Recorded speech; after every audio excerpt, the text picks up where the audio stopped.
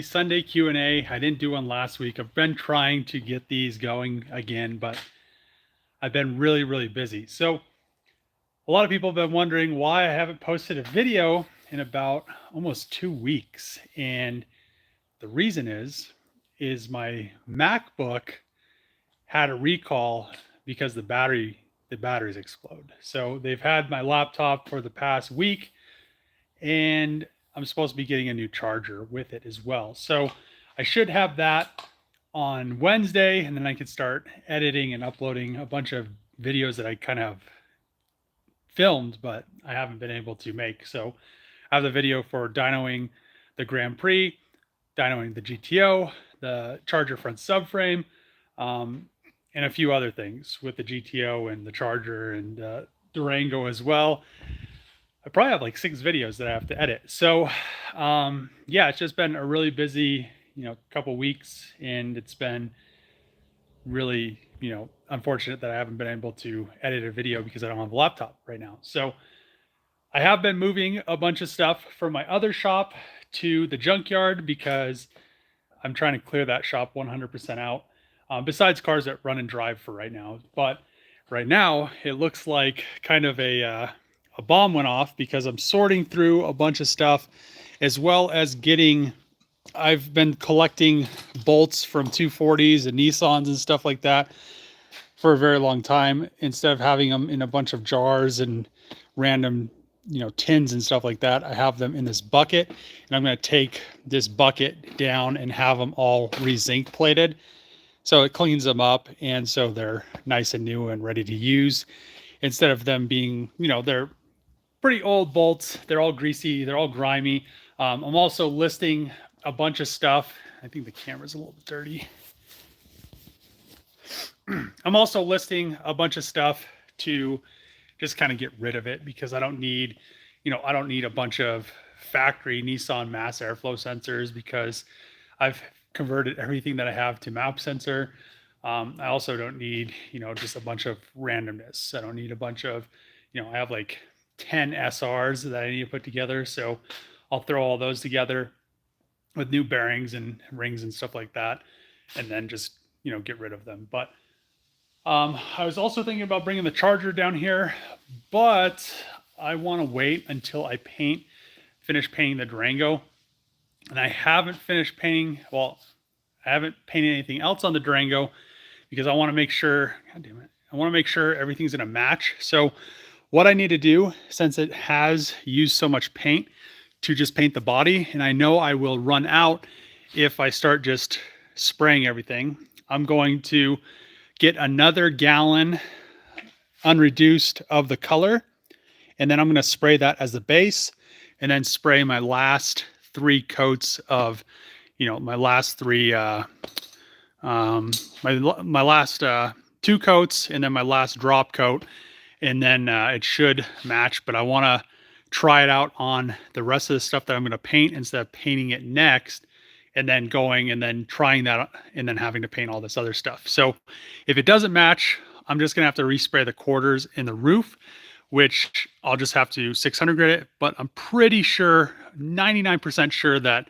I'm not going to have any issues. So it's just one of those things where it's a really transparent color, which it shouldn't have been any different than spraying the Octane Red or the Plum Crazy Purple that I painted the VR4, or the Charger, because that Charger blue is a pretty light blue, just like this green.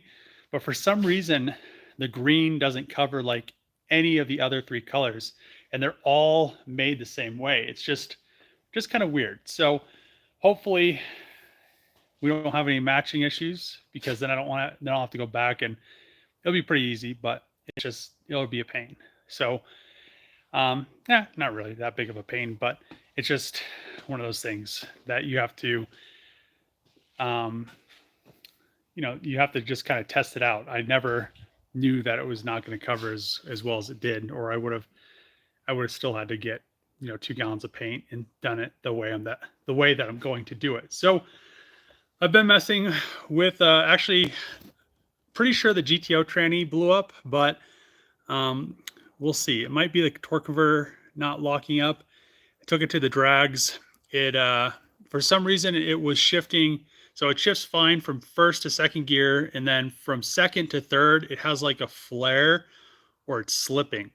But it's weird because if you put it in third and you rip on it, it doesn't slip at all. So it could be the torque converter, like some settings in the HP tuners for the torque converter lockup, but gonna figure some stuff out. Me and my friend Chris were messing with it yesterday, and we got first to second kind of down, but then it started doing a weird flare too, or a slip. So I'm not sure if the tranny's bad in it. Those trannies are pretty much garbage. I'm gonna just get like a TR6060 and just manual swap it. But if I don't have to, I'd rather not. And then I want to, fix some stuff on the transmission on the Grand Prix. It's not shifting, so I need to wire. I think I have to swap one wire on the transmission, so then all the gears actually work. So it's not a transmission issue; it's just a electronically controlled issue. So hopefully, it's just both of them are some weird electronic issues, so I could just fix them up and actually be able to rip them and kind of go from there. Let's see.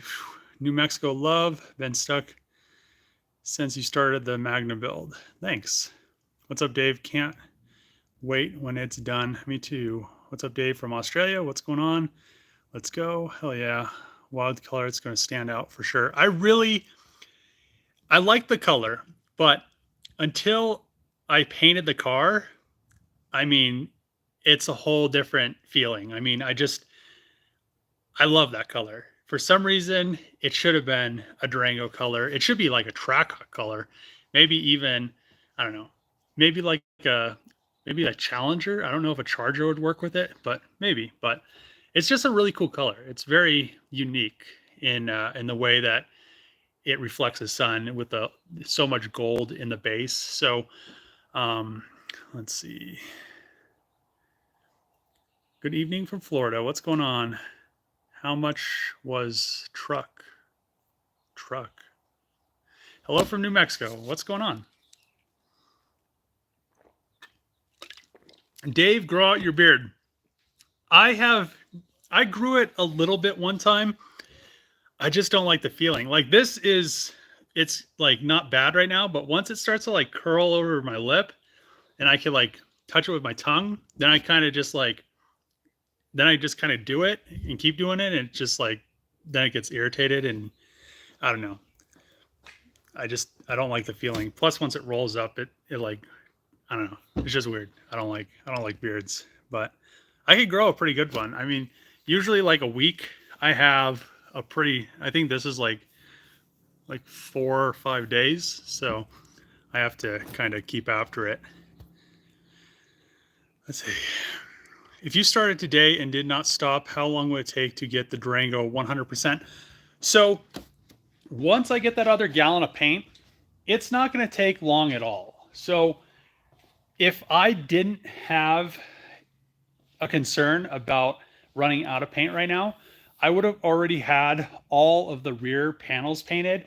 Not the rear hatch, but I could have had the full rear bumper, the rear flares, what else? The rear doors, as well as there's one more piece. And the side skirts already done. So another issue is the dash has been on back order for like 2 months and it's supposed to be another month. So once that comes, that's why the Durango's kind of been stuck sitting here, because I had to pull the dash and all the electronics. So now I can't move it, which kind of sucks, but we'll see what happens. I mean, the dash, once it comes, everything else is just going to bolt right in, not going to have any issues. I mean, we're pretty much on the whole home stretch, other than the whole, running out of paint situation. So we'll figure that out, but shouldn't be long at all. Also, the Charger is coming along. I'm going to finish the lower control arms tomorrow. I have to make I forgot that I had to pick up the struts from the bottom of the lower control arms.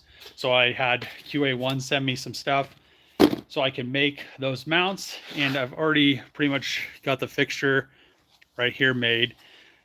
pretty much. I'll finish it up tomorrow and then actually make the arms. I have to go up to Denver anyway to have Hayden weld them, and I need to do something for Hayden on this GTR.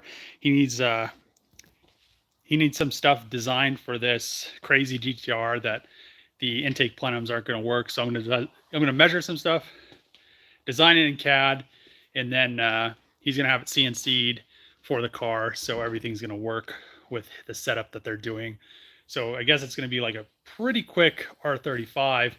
It's not even using the factory tranny or anything. So it'll kind of work. I'll go up there, have them weld those lower control arms, and then I'll be able to design all that stuff, and he could have it machined, which will be pretty cool.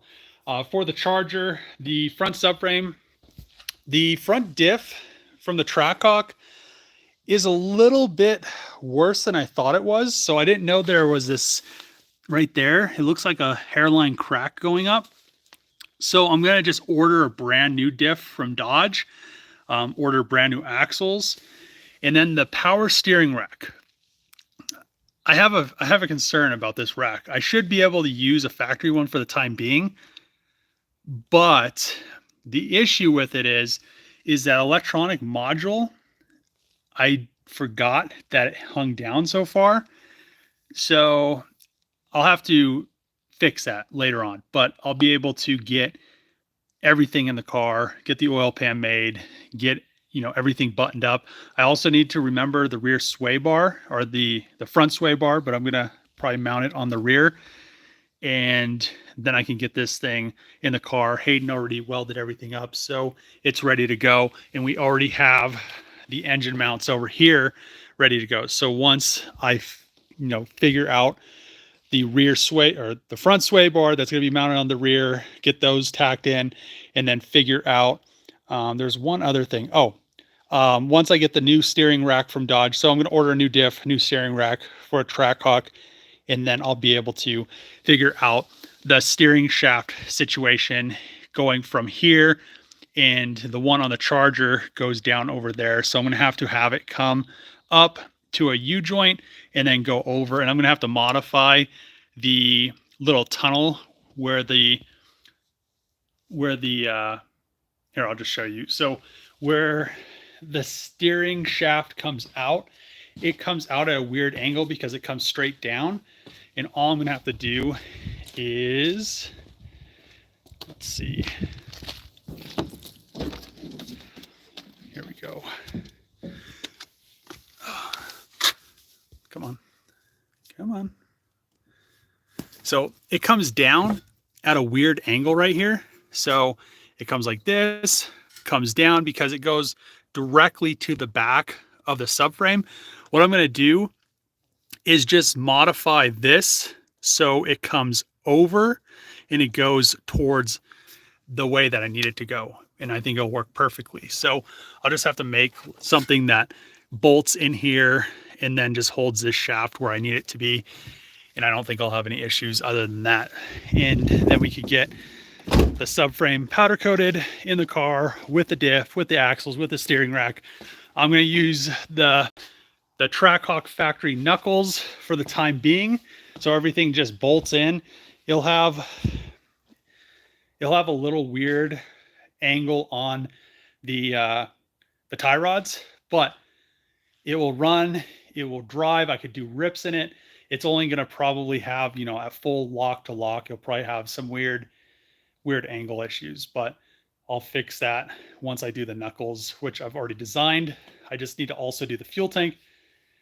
When I talk about it seems like there's a lot of stuff, but it's getting very close. So I can't wait to see that subframe in the car finally, because it's going to be pretty cool. I almost was going to pull the rear subframe out of the car and then add air jacks to the Charger so I didn't have to use a jack on it, but then I'll probably do that later on down the road. But right now, we just want to get this thing so it runs and drives, because I'm so ready to just be able to drive it. So it's getting close, but it's just so much fabrication and so much, thought has to go into it. So it's just one of those projects that I probably shouldn't have made it all-wheel drive at first and just threw a red eye swap in it and then been able to drive it for the past year and a half. and then design the stuff in a Magnum so I could just bolt it in later on. But it's going to be pretty cool when it's done. So we'll figure it out. Hi from another Dave in South Africa. Love the channel. Keep up the amazing work. Thanks. How much was the Durango? So the Durango, I bought it from Copart, and it was like 48,000. I think it was like $48,000. And then there was fees. So then it was, I think it was like almost $50,000 after fees. And then I had that ordeal where Copart wouldn't release it, and they charged me another $2,000 in shipping and storage. So because shipping was only supposed to be like $800 from them, and then there was like, it ended up being like 52,700 or something like that. So 52,700. I probably have, I don't know, I probably right now have almost 70 in it, with all the parts that I have, and everything is ready to go. So I don't have to buy anything else. I just have to finish painting it, ready to go. And I'll probably end up having like 70 or so, 70, 75 into it. So pretty good deal. I mean, for what they're going for, I've seen a few of these listed for like 160 at dealerships, and they sold. So, and I think that Dodge actually didn't produce as many as they said they were going to produce. They said they were going to produce like 1,500, then they said 3,000, and then I think it ended up being way less than the 1,500 originally, because I'm pretty sure they gave a bunch of people their money back because they couldn't, they couldn't provide what the demand was or whatever. So, or fill the orders. But we'll see what happens. It'll be hopefully the only striker green one, which will be nice, and we'll just kind of go from there. Let's see. Just shaved my beard down to a shadow today. I don't even recognize myself in the mirror. Understandable. Just I'm pretty sure I could probably grow a nice one, but the other issue with growing a beard is like paint masks. Also that issue where I had one of my hairs fall out into the sealer. It wouldn't have been that big a deal if I had some 600 grit on hand, but paint masks don't seal, so you can always still smell, especially the clear. You can always smell the clear, but that's why I like to just pretty much knock that stuff down when I'm going to paint. Let's see. Where have I been? I've been working on stuff. I have quite a few videos ready to go. Just my MacBook had a battery issue where the batteries explode. So I should have my laptop back on Wednesday. The color looks insane. Thanks. I can't wait to see it in the sun. I wish I could pull it out, but I'm still waiting on that dash. Can't wait to see more Charger videos. That's going to be such a great payoff to see when it's complete. Yes, I agree. I can't wait to have that thing done. Is it similar to Jose from DIY Gang? Is what's similar? I'm not sure what you're talking about. Let's see. Hi from the UK. Love the channel. Thanks. I have a 12 Durango SXT. How hard would it be to do a front end SRT conversion? I mean, everything would just bolt right up. You could, pretty sure the 12s are the same fenders too. So Patrick sent $34.99 New Zealand. Hell yeah, man. Hey Dave, love the work in progress. The new shop has been like a gas spell for you and your projects, while others fiddle with their projects. You just get it done, almost like you know what you're doing. I every day, I come and work on stuff, and usually it takes 2 days to make a video, but it always, to me, because the Charger is such a big project, I'm always constantly doing stuff with the Charger, even though it doesn't produce a video. And it's just one of those things. Every day I'm just like, I feel like I've not accomplished a single thing. And that's how I've felt for the past year. Not this year, not the beginning of this year, like the past year, I have felt like I haven't accomplished a single thing. Even though, I got the Grand Prix going, I got the GTO running and driving.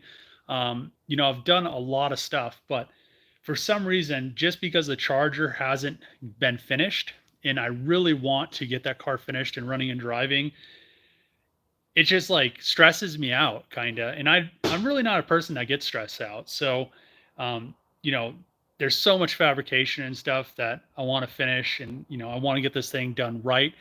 Even the tuner, when I took the GTO and the Grand Prix, the guy tuned the FD, and we had a few issues because the turbo on the FD blew up, but that really wasn't an issue. I mean, that wasn't like my fault, because when I build a car, I want to, I try to build stuff so it doesn't have issues. So I took the Grand Prix and I took the GTO, and he ripped on them. The GTO made a bunch of power. The Grand Prix didn't make as much power as I thought it would, but I guess it made a lot more than Grand Prix actually make with the LS4s in there.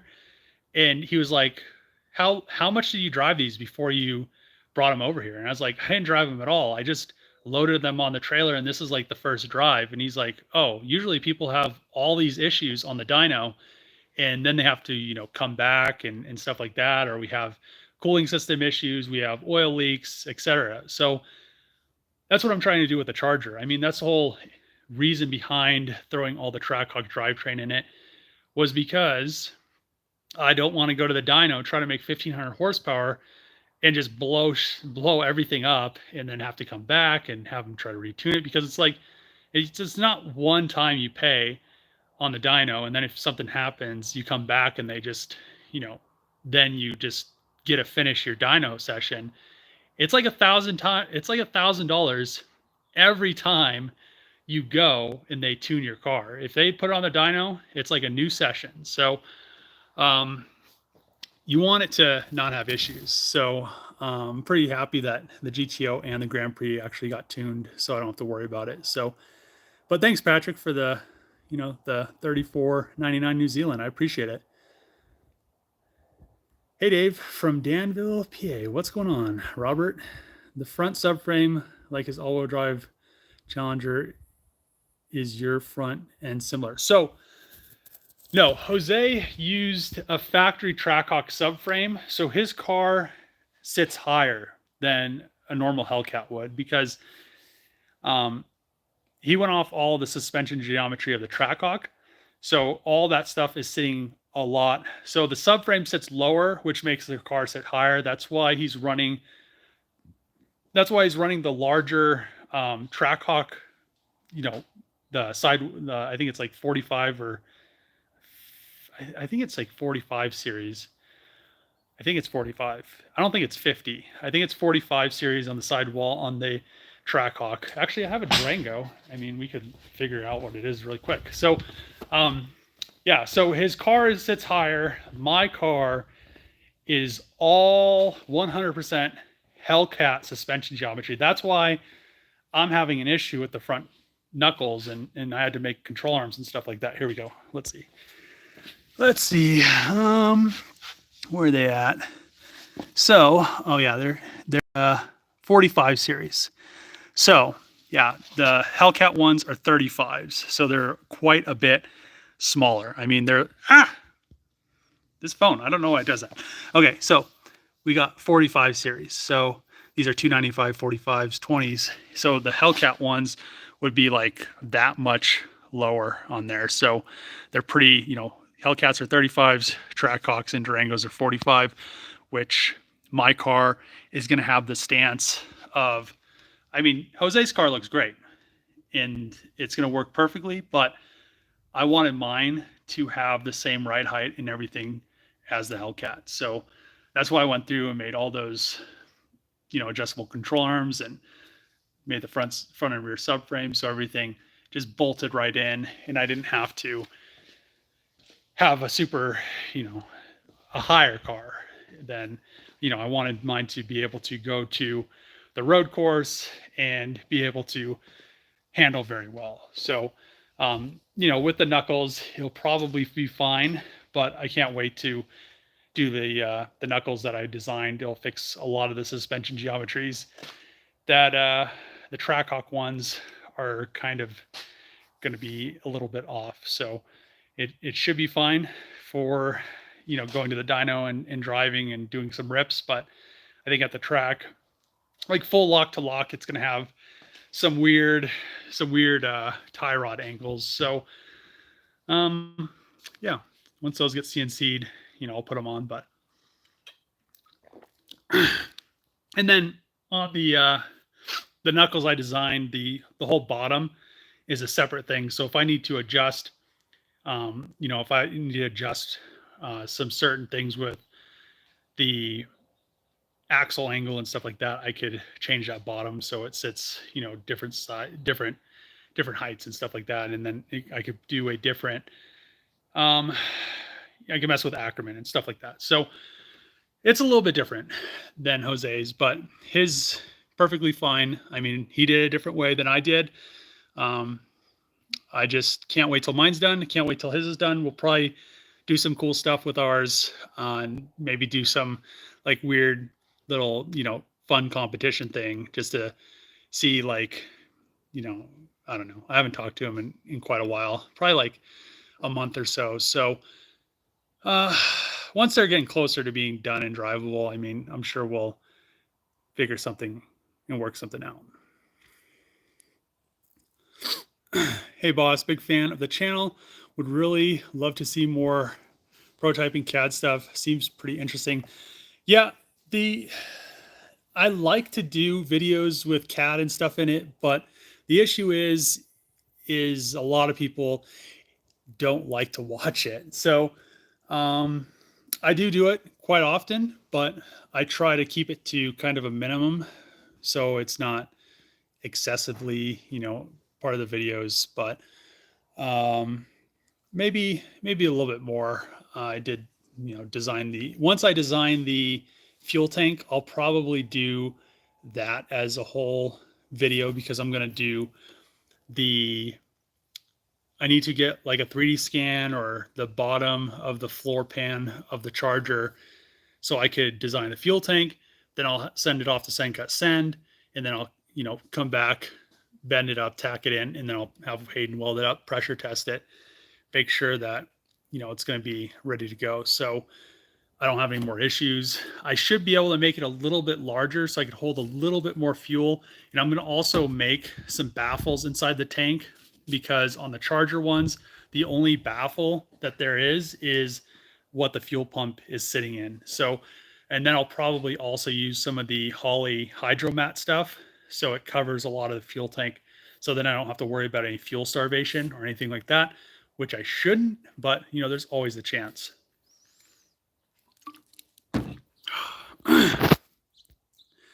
Let's see. Dave, I think you should focus more on the charger, because I feel like that's the build that's going to make this channel explode.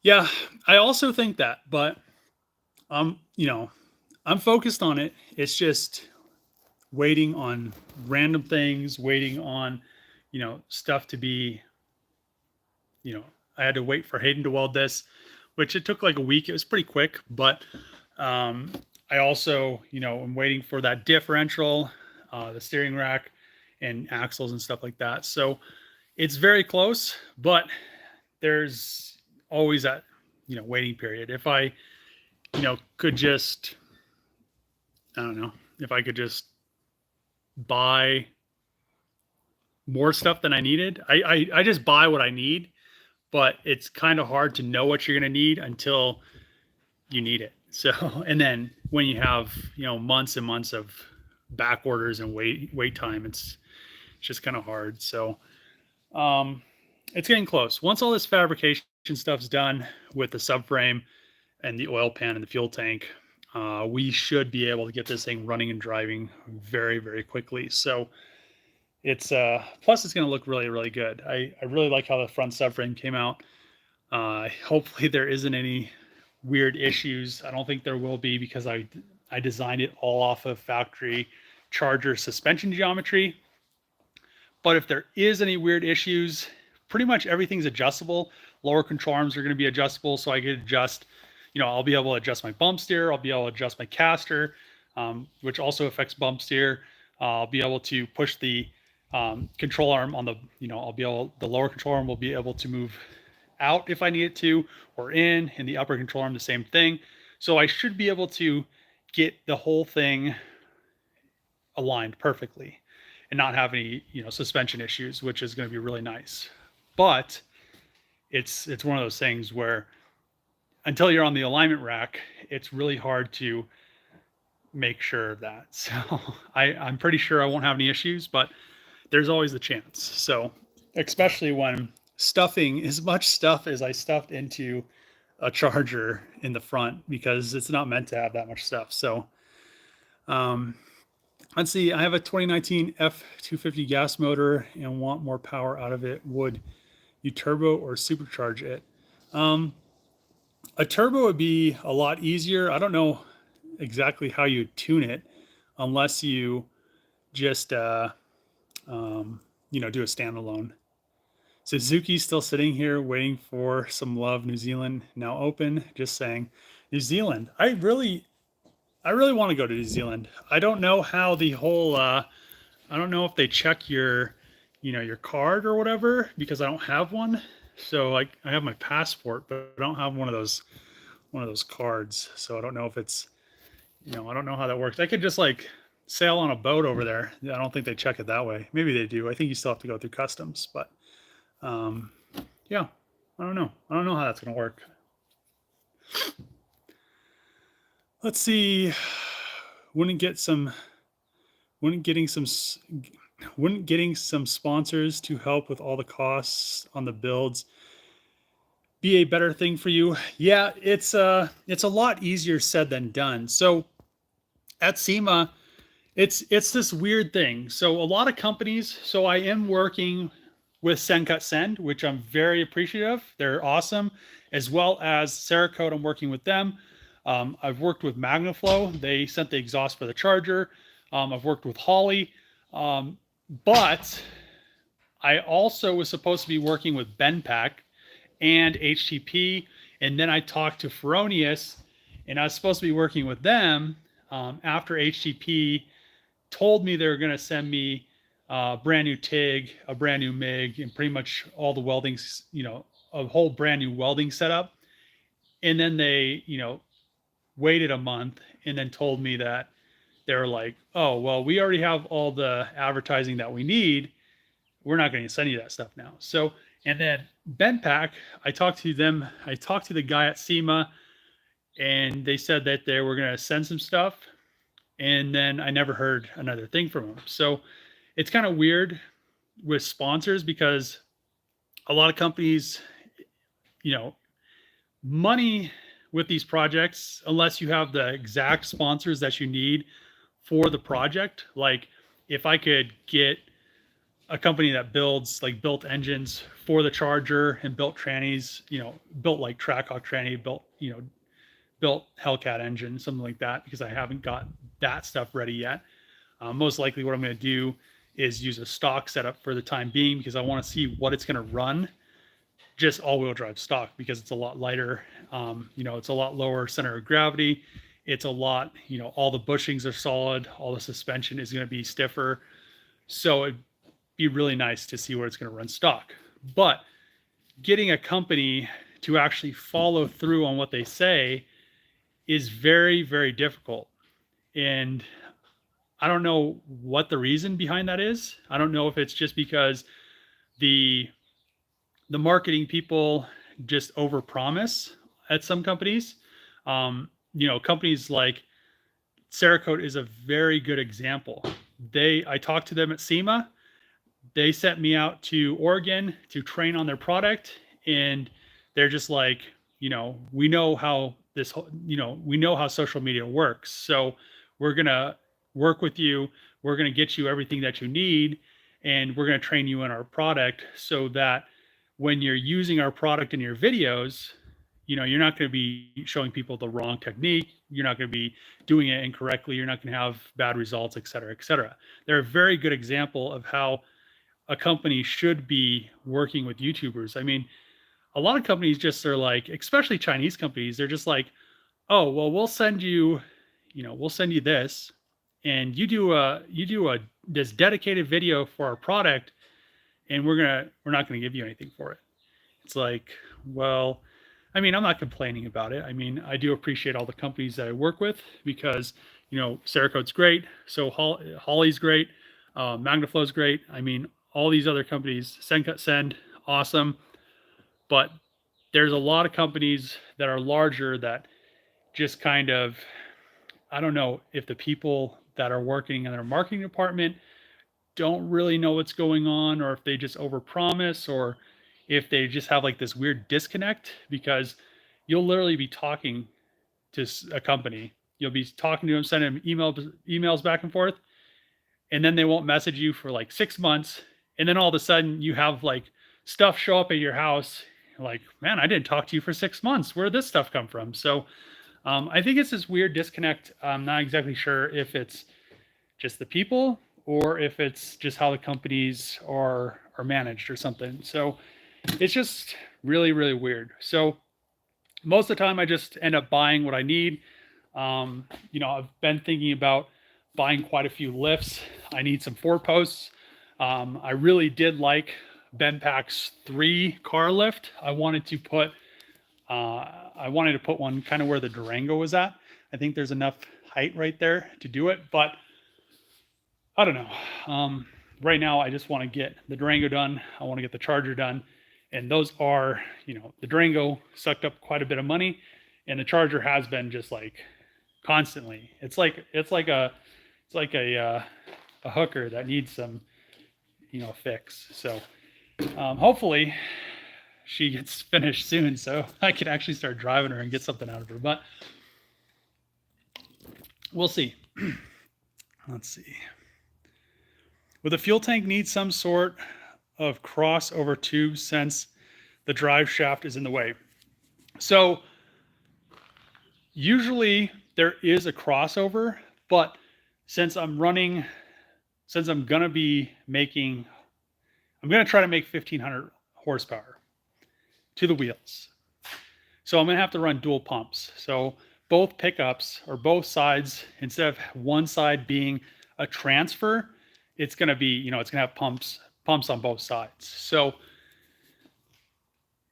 I don't know if it still needs a transfer though. I don't think it does, because I think the return, I don't know. I guess I'll have to figure out how the pumps are set up. But I know Holly has like I think they have a Hellcat dual pump, and I think each pump has like 3 pumps on it or something like that. So I'll figure that out. But I need to make the fuel tank first, which means I need a 3D scan or get the CAD file. Any plans to produce the Charger subframes and control arms for people who want to do similar conversions? So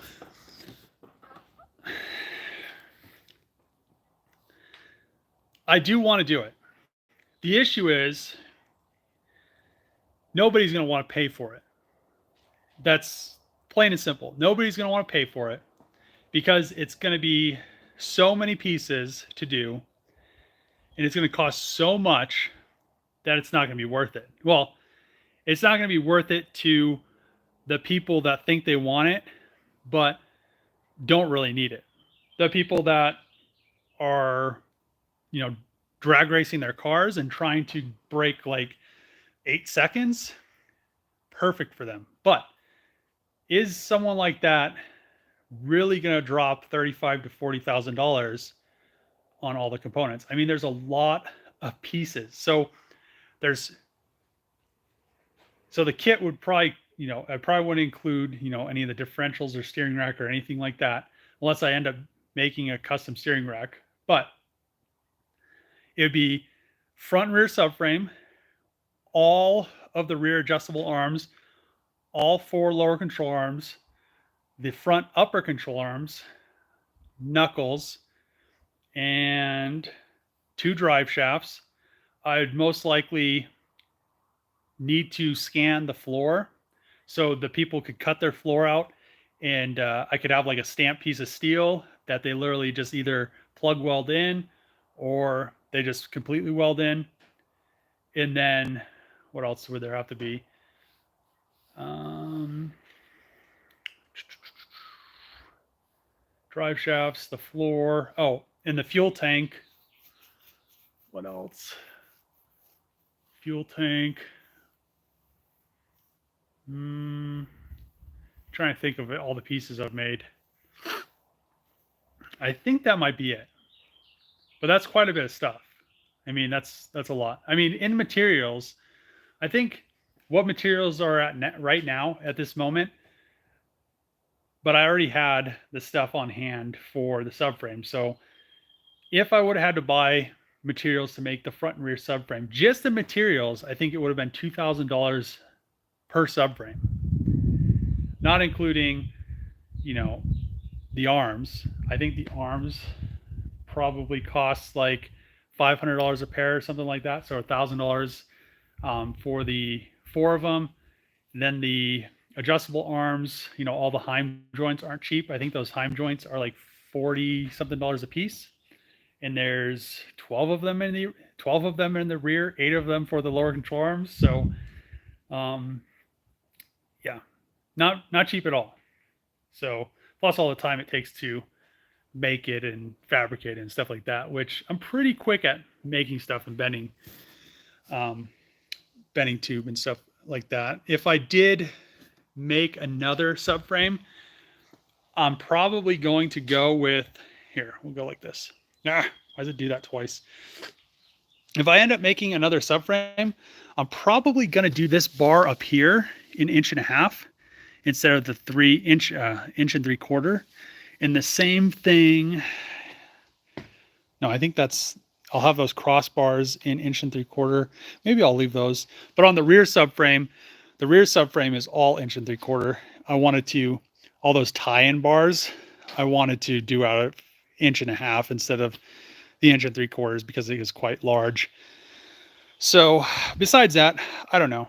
If I could get like 5 people or so, or a few people to actually be 100% committed to, you know, converting their car to all-wheel drive, that would be one thing. I could, you know, go and get all the materials and stuff like that. But, you know, like a one-off, it's one of those things where producing stuff like that, most of the time I've produced stuff before for the FD and 240s and stuff like that, and I just end up sitting on stuff forever, and it just never goes anywhere. People are always like, oh well, you know, I'll buy some of this stuff if you make it, then nobody buys it. So which a lot of the stuff I make is pretty trick. I mean, the FD exhaust manifold is a prime example. Very, very awesome. Also, it's here, I'll show you something I designed that people said they wanted, which is very well designed, but then nobody ever followed through. So we'll walk up here. I'm sure a bunch of people are commenting right now, but let's go upstairs. Go upstairs to the attic. All right. Ugh. So where are we at up here? Where are we at? Okay, so I have the FD intake manifold. So this intake manifold right here is the aftermarket Elite manifold, which I had an issue with my fuel pressure regulator. It was the old one was rubbing the strut tower bar. I was like, well, I want to be able to mount this so it's really, really clean, doesn't have any issues, doesn't hit anything. I made this really cool bracket, stainless steel, bolts perfectly. People were like, oh, well, we'll buy some of those brackets. I think I had them listed for like $25 or $50 a piece. I have all of them other than the one I used. I also designed this. Look at that. To a Pegasus clamp. These things usually have the Gretty elbow. This works so much better. People were like, oh yeah, those are cool. We'll order some. I made them, used one on my car, and that was the end of it. So I don't know. If I had a dedicated group buy for it, like 5 people that wanted to convert their car to all-wheel drive, I'd do it. But at this point, my car is going to be the only all-wheel drive Charger, and it's probably going to be, it's at least going to be in the 9s. It probably be in almost 10 seconds as like a stock Trackhawk. So like the 700 horsepower with Trackhawk all-wheel drive. So, man, that was a lot of stairs. So we'll see if people start, once I get it done and it's actually physically being seen and people are like, oh man, all-wheel drive in a Charger or Challenger is so fast. Then people are like, oh, well, we want to swap our car to all-wheel drive. So, I don't know. We'll see. Thirsty. What time is it? Whew. 3:51. I'm gonna have to bounce soon. Okay, I'm gonna see what you guys are saying in a second. But I've designed a lot of stuff, and I also did design the FD intake manifold and the turbo manifold, but I put on the forum. Here, let me open this drink really quick. So I put on the forum, showed some things, showed some CAD, CAD schematics and stuff like that. And I was like, gauging interest in this intake manifold, if people would be interested in purchasing, doing a group buy, not saying that I was doing a group buy, and posted some information and how much I was thinking that I'd charge for the intake manifold, the complete setup. And people are like, oh, nobody's going to want that until it's proven, blah blah blah. And I was just like, I'm just gauging interest. I literally said that like first three, like first sentence, but it's just weird. So I usually just end up designing stuff for me, or maybe once I design that stuff for that guy's GTR, maybe other people will have me design them stuff and I can make money off doing stuff like that, but I don't know. How much was the Durango? I just said how much it was. Are you considering making a kit, converting the rear-wheel drive Hellcats to all-wheel drive after you're done with the build? Yes. When will they finally empty your new shop, and when will you be able to move out of your other shop? So they were supposed to finish emptying the upstairs last month. They still haven't. They're supposed to come get this rack over here last month, and they still haven't. So I don't know if it's just my stuff now or what's going on. So I really do want this rack gone though, because it's taking up part of the shop. It's not very wide, but I want to put a bunch of, I want to put the tables against the wall over there, which will make more room. And I also want to put my press over there against the wall. I just want to get that whole wall over on that side with just, the press, tables. I might move this table right here over there so I could have my toolbox over here. I might leave this table. I don't know. We'll see what happens. But yeah, I want that shelf gone, all those wheels gone, which will be really nice. So with getting sponsors, you need to be the squeaky wheel over communication and smile and wave. Hey Dave, what's going on? Hey sir, love your videos you do and helps me with my builds. I appreciate it. Thanks.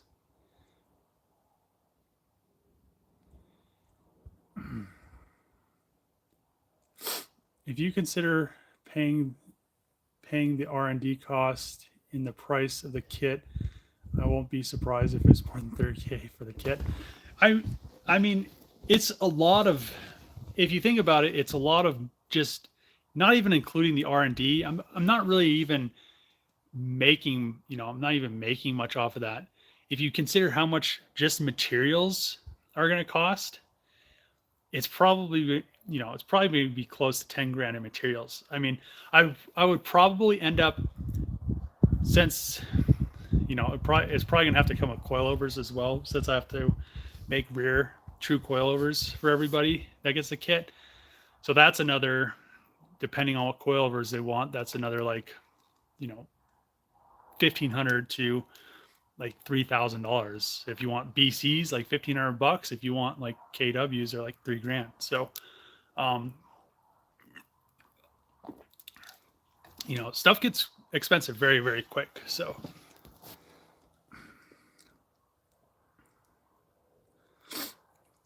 it's refreshing seeing somebody else with so much attention to detail succeed when it's known how hard it is to accomplish things, when that personality trait can hinder progress. Keep up the great work. It really does slow stuff down. I don't think people realize it because, like, a prime example is the Pulsar GTIR. The car, I could have just slapped a clutch in it. If I was any other YouTuber, I would have slapped my OZ wheels on it, slapped a clutch in it, left the SR how it was. The SR would have, probably made whatever power it was going to make on that NIS tune in there, probably like 250 or whatever it was, crappily tuned to. And it probably would have ran for a few videos, blown up, sat in a corner or parked outside for the rest of its life, and never been seen again. That's one thing I really don't like about YouTube channels, and that's another thing I'm really almost getting tired of YouTube in general. It's just destroyed the car community. Everybody wants to get stuff done instantly, and if you're not getting it done instantly, it's like you're just like, you're either not working on it when you are, or you're just dying because YouTube isn't recommending your videos. People are like, oh, well, you're just, you're talking through your videos, even though every other YouTuber is, doing the same thing or talking even more. Other YouTubers are, paying, they have like a whole staff of people working on their cars or building them. I mean, it's just crazy to think about how toxic YouTube has made the automotive community. And I've been actually thinking about this a lot lately. I mean, as I'm building my cars and doing stuff like that, I've been thinking like, I could just apply for an engineering job, make like $150,000 or more a year, still work on my cars, and not have to worry about it. Not have to worry about, the people that are just like impatient when you're just like over here. Like, I'm over here working at this every single day. I mean, people think like you have a YouTube channel, you just like come out and just chill. I haven't I saw my friend Chris yesterday because he helped me mess with the GTO. I mean, I haven't had a vacation. Like, I haven't not had a day that I worked since last July. And this July, when that's coming up, is going to be like my next vacation. Last vacation was all messed up because, I went to California, and then my landlord at the other shop was like, I'm going to kick you out and all this stuff. And like, I was like, holy shit. Like, I'm in California. I have like all kinds of shit in my shop. You're just going to like kick me out right now. He's like all this stuff, like you have to worry about. But, I don't know. I really love building cars. If I do YouTube or not, I'm still going to do the same thing. I'm just kind of, I don't know. I'm at this point where it's kind of getting on my nerves because people are just like inconsiderate about it. But we'll see. I've been thinking about it a lot. So I could just have, $150,000 a year job, work on my stuff, chill, and just go from there. But I really like presenting everything to people and doing YouTube and how it, people could learn and stuff like that. So, yeah, I guess that's my rant about just people hack jobbing everything on YouTube and just blowing up because of it. Because They're so fast at doing stuff. Let's see. I'm thinking about selling my 1964 Ford Fairlane wagon. Damn.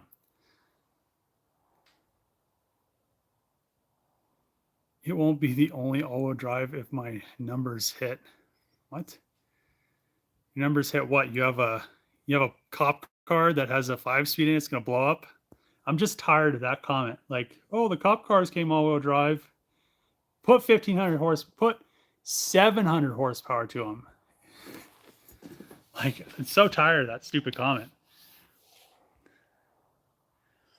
I dig the Cerakote. Thank you, Dave. It's pretty cool. I mean, I was very before I went to the class.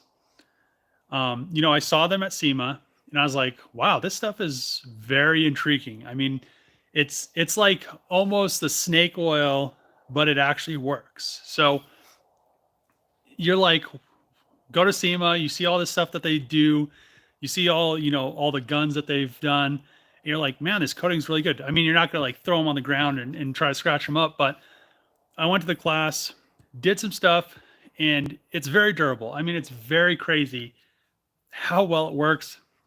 Plus, it's like powder coat, it's so super thick. I mean, it's not like really thick, but compared to Cerakote, it's very, very thick. So it's just really thin. They have a bunch of different, they have so many different coatings. I mean, I need to do a bunch of stuff, but I've been so busy. Moving has been really hindering a lot of progress as well. So, plus, since I'm the only person moving, it's a lot of stuff. So,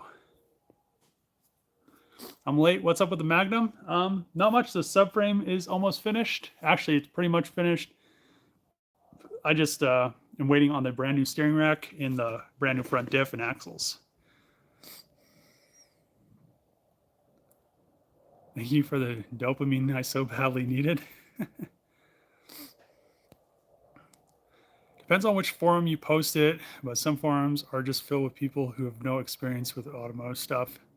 That's pretty true. Maybe Tavares would buy a kit from you. I actually talked to Tavares. He wanted a kit, but it was one of those things where I'm not done designing everything, and it would have to be on the shelf, all the parts, and then you would just bolt everything in. So it couldn't be like, well, I need like a month to, build all the pieces and then send it off to you. It'd have to be like literally sitting on the shelf, ready to go, like every piece. So, yeah. What about wildfire lifts? I like the double wide lifts. Hit them up, nothing to lose. I'll try it. Thanks a lot, Patrick. What's up, Dave? Thanks for jumping on and getting us up to speed on everything. Yeah, I've been wanting to post a video. Actually, I have quite a few videos that I've been wanting to post, but my whole laptop situation, just waiting to get it back from Apple. Hey, Dave, love the channel. I have followed the charger build since the beginning. Love your work. Keep up the good work. Thanks, I appreciate that. Please don't, Dave. Bye. I'll support you no matter what you decide. Keep up the cool videos, brother. Thanks. You're doing a great job with your channel. Thanks. You work very hard. Enjoy your life. Go on vacation. Your work will always be here. Thanks. I think you should collab with another YouTuber in order to get subscribers to the channel like Tavares. That's where I think you gonna be known more, and more people would consider working with you. Yeah, I've been thinking about like doing some collabs, but I really want to have the charger done or the Durango or something done, so I could have something kind of to show, I guess. Please don't quit YouTube, Dave. You have a dedicated fan base who love your work. Don't think you'd enjoy going back to work for the man. I don't know. I liked when I worked at Cummins. I loved the work, And I liked my manager until my manager got laid off, and then I got stuck in with this like Indian lady, and it was just the worst. It was the worst transition because it went from having a manager that was, knew what was going on to having somebody that managed like, I don't know, they just like sent you emails, came in late. They expected you to stay later than them, even though you came in, 4 hours before them. I don't know. It was, and they didn't want it. They're just like a, I don't know what you call it. They were just like a secretary pretty much, and they just like, I don't know. Then I got laid off because that lady was dumb. But I don't know. I like the job. It just kind of depends. You're always gonna have weird things, I guess, in jobs that you don't like. But I really, doing what I do now, I like it. I really enjoy it. I just swear some of the people that comment on my videos, I wish I could just smack them through this, just smack them because they need it. But um, thanks, Patrick. I mean, that bumper on the 3000 GT looks so good. Definitely need a mold made. Yes, if I keep that bumper for the 3000 GT, it's gonna have to have a mold made, and I'm actually gonna have to make like a carbon fiber fiberglass piece out of it because the bumper right now weighs so much. It's ridiculous. It has so much glue holding it together right now that it'll probably have it might have problems later on, but just has a lot of glue, so it's very heavy. So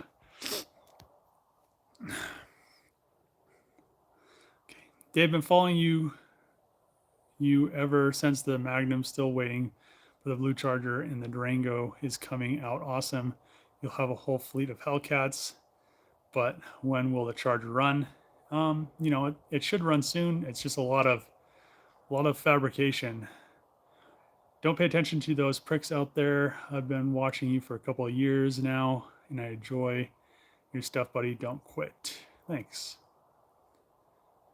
Anything new with the Nissan Pulsar and Acura? So I've been waiting to do some stuff with that because I've been focusing on the GTO and the Grand Prix and the Charger and the Durango and stuff like that. But I'm kind of in a pickle with the Pulsar. So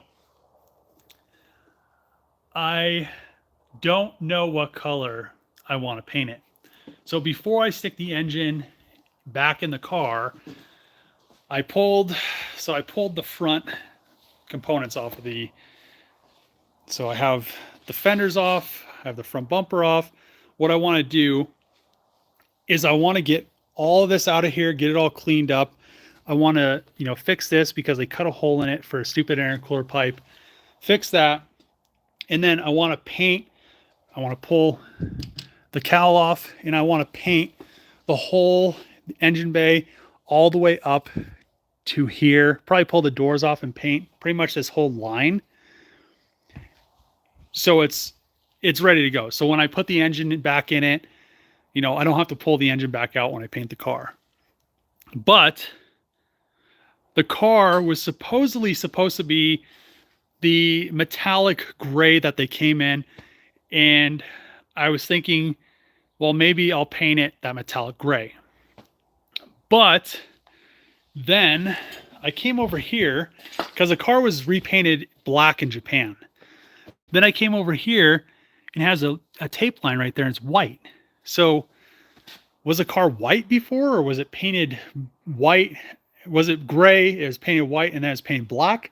I have no clue right now. So I don't know if I should paint this thing gray or if I should paint this thing. I really want to paint the octane red that the Hellcat is in. I think it would look awesome in the octane red after I fix all the rust and stuff. There isn't much rust on it, actually. So I also have a video for this that I need to edit, but I pulled the side skirts off and there's no rust on here except for this little bit of bubbling right there, which isn't bad considering how rusty these are supposed to get. So yeah, I really want to figure out what color I want to paint this, because then I could paint the engine bay, paint all that stuff, and get it ready to go, and get the engine and tranny and everything back in there, and have her ready, and then have her running and driving again. So yeah, so I'm hoping to figure that out. I don't know if I should just leave it up to subscribers, be like, here's 3 colors, vote on it, or if I should just paint it octane red. I really want to paint it octane red, but I don't know.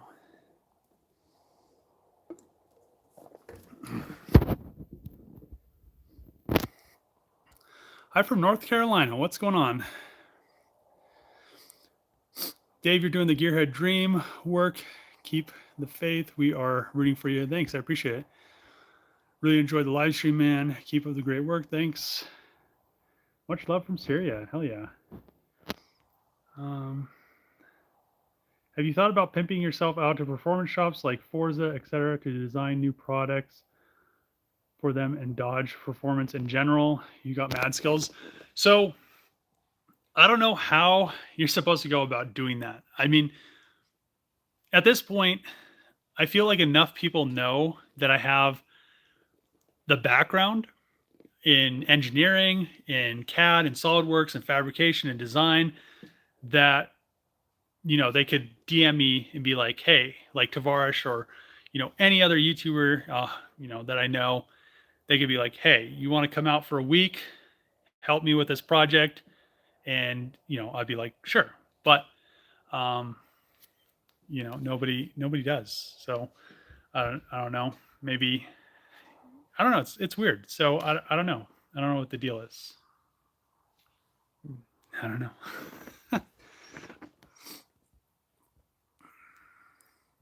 Don't bother with dumb comments. Your videos have great info for those of us hoping we might get the opportunity to build a Magnum stuff Dodge will never openly tell consumers about. Thanks. You're extremely talented. Don't pay attention to all the haters. Love that you do builds the right way, not the quick way. Thanks. Hey Dave, big fan. Shout out from Georgia. Hell yeah. How about a holiday to New Zealand? Yeah, like I said, I don't know about the whole thing with the cards. Don't you have to have a thing like a? What's up, Dave? There you go. Octane red. If you really want it in that color, do it. Much love from London, UK. Hell yeah.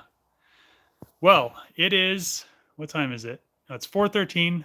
I need to be somewhere by 5. So I'm going to end the live stream here. I appreciate everybody tuning in, watching. Wednesday, I get my laptop back. So I'm going to be able to, I don't know. I should have it by the time I get home from the junkyard. So I should be able to knock a video out for Thursday.